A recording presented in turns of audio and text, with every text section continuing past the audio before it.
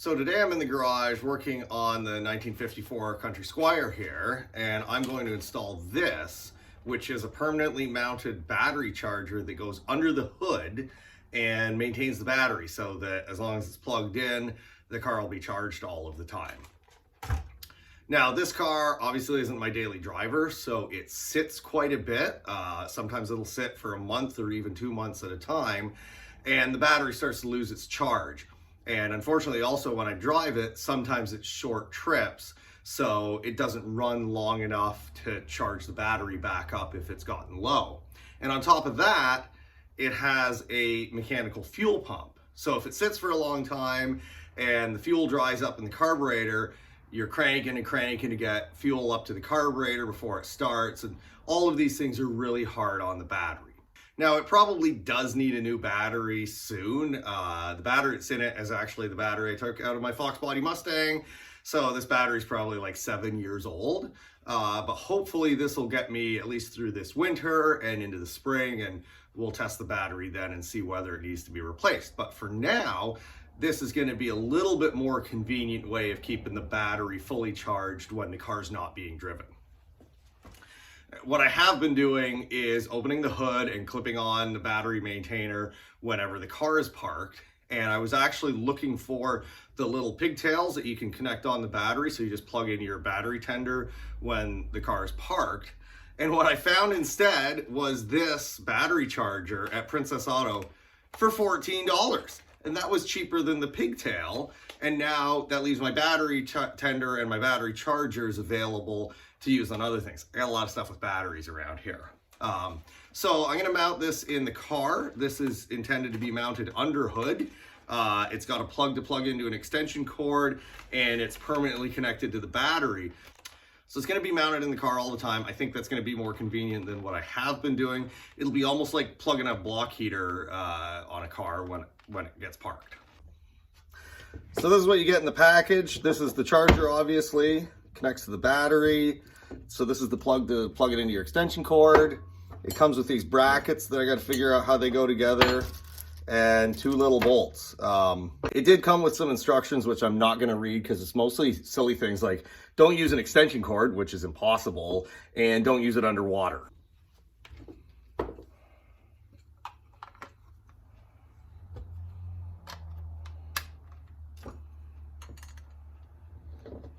So this is how it's supposed to mount together, and what you can do is actually slide this part under your battery, and then the battery hold down is supposed to hold this so it doesn't go anywhere. I'm going to do it a little bit more permanent than that, but next will be to look under the hood and see where this will actually fit. So here's where the battery sits, and this car is great to work on because there's like tons of room everywhere. And then I have to mount this somewhere. I don't want it to be like super obvious. Like I could put it there, but you know, when you open the hood, I don't need everybody looking at my battery charger.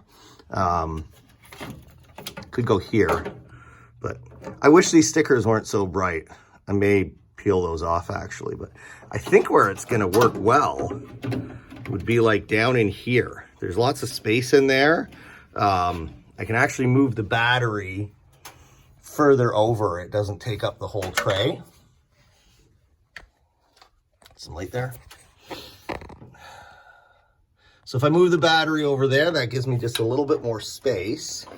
Then I can mount this down in here, sort of out of the way. I'm gonna peel this sticker off. It's a bunch of warnings. Wear safety goggles. Yeah, I use only on rechargeable lead acid batteries. Yeah, okay. And I'll open the hood, that's maybe a good idea.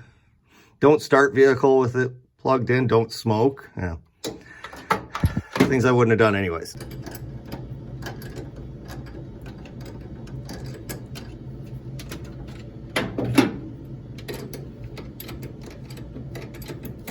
Should clean these up while I'm in here.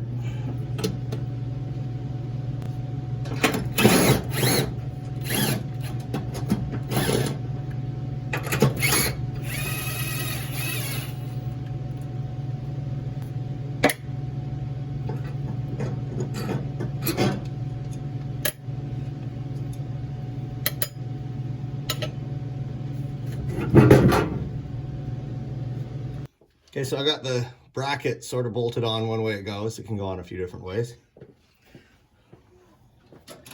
So, I want it here, but it doesn't really fit the way I want it to. It's touching the rad support. But I think if I turn the bracket around the other way, yeah, I think that'll work better. So now I've got the bracket on the other side, so that's going to move the charger this way. And yeah, that's exactly, I think that's what I want. I think that's going to work well. Let's put the battery in and see what happens. Yes, I like that. Very good. That's what I want. Okay. Bolt it down. So how I'm going to bolt this thing down is I'm going to use one of the existing holes. That bottom hole is going to go through the lip of the battery tray, and then I'll drill a hole through this piece of the bracket. It'll end up being out here because that's where I can get to it. There's a bracket underneath here that runs across to bolt the tray down, so I can't go really any farther, but that'll be fine. It shouldn't interfere with the bottom of the battery sitting on there. I'll use like a tiny carriage bolt or something with a fairly smooth head, but it'll be small and shouldn't be a problem anyways. So drill a couple holes and we'll mount this thing down.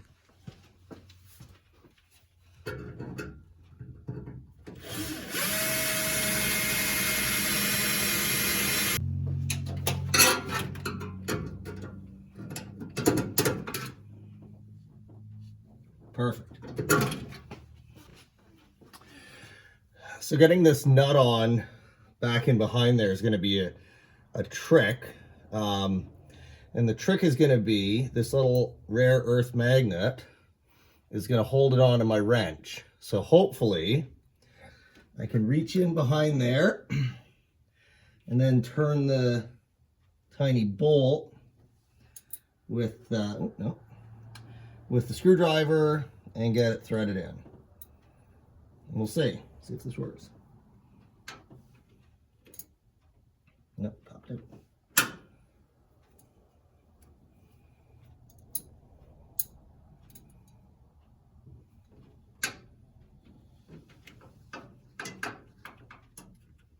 Okay, on.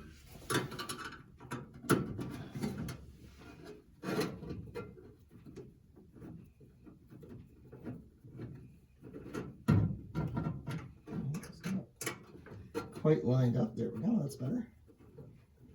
Oh, perfect. Nice. Haha. That worked. Excellent. Put my magnet away. Now I can tighten these down.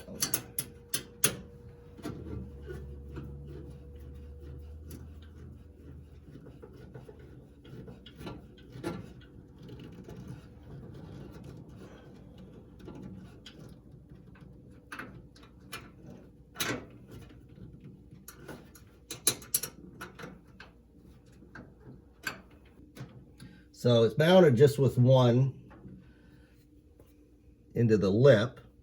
So now another one going through there is going to make this nice and solid. So it's hopefully not going to cause any problems moving around.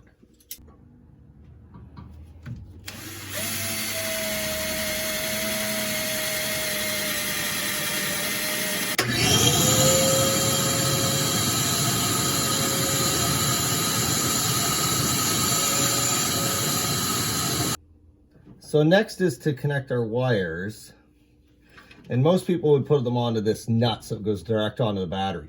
It's good to go directly to the battery, but I just hate the look of that. These are not meant to take a ring terminal that way. So I have on this is a negative cable. It goes right here to this bolt that picks up all these different body grounds. I can go to there. It'll charge through this wire, which isn't a problem because this wire is actually bigger than the wire coming from the charger. I wouldn't try and jump the car off of this. but to charge it's going to be fine. And I'm going to do the same thing and go over to the solenoid if I have enough wire, which I don't.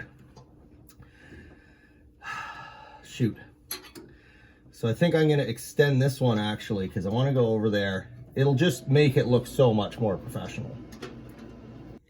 So as I typically do, I made this a little bit more complicated than it needed to be.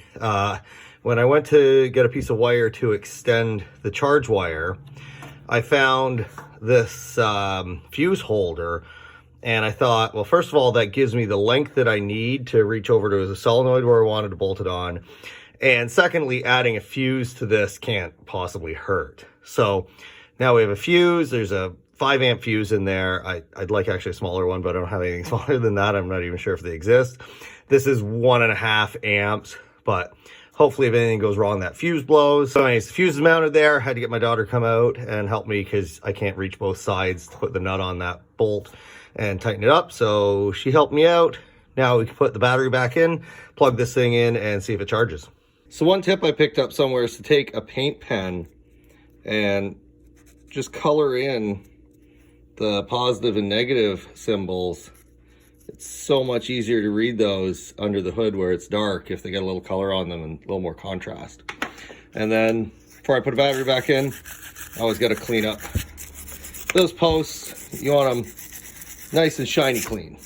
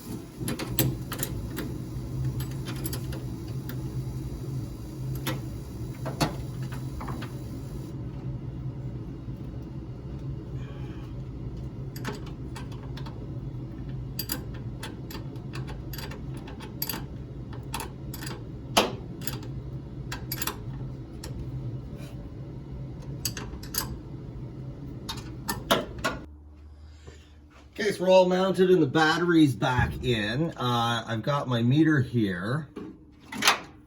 So I'm curious what this is going to show. So right now we're at 12.6. So that's all right. This car should fire up at 12.6. So I have an extension cord here, and let's plug this in and see what happens. So we've got a yellow and green light lit up, which is good. So yellow means charging, green means it's got power, red means there's a problem, it can't charge. So just curious what this thing is going to show.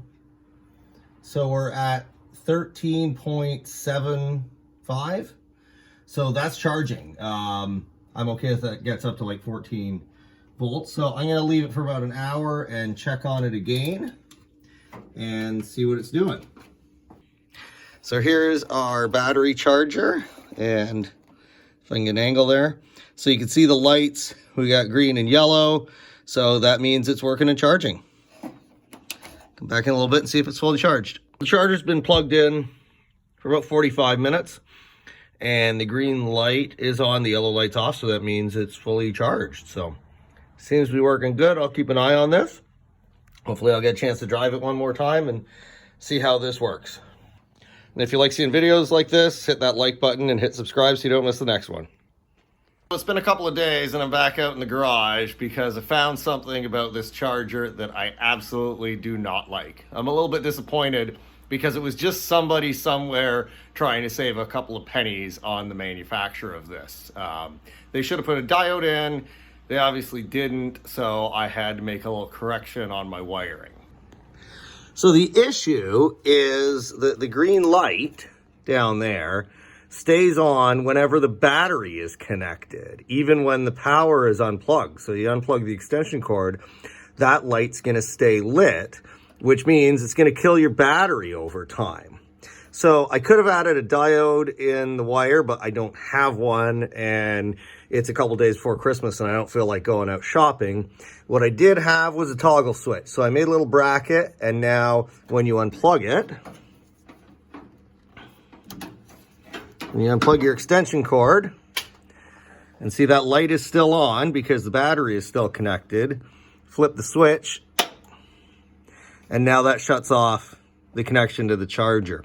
So a minor little inconvenience that I had to fix, but everything else is working well on that.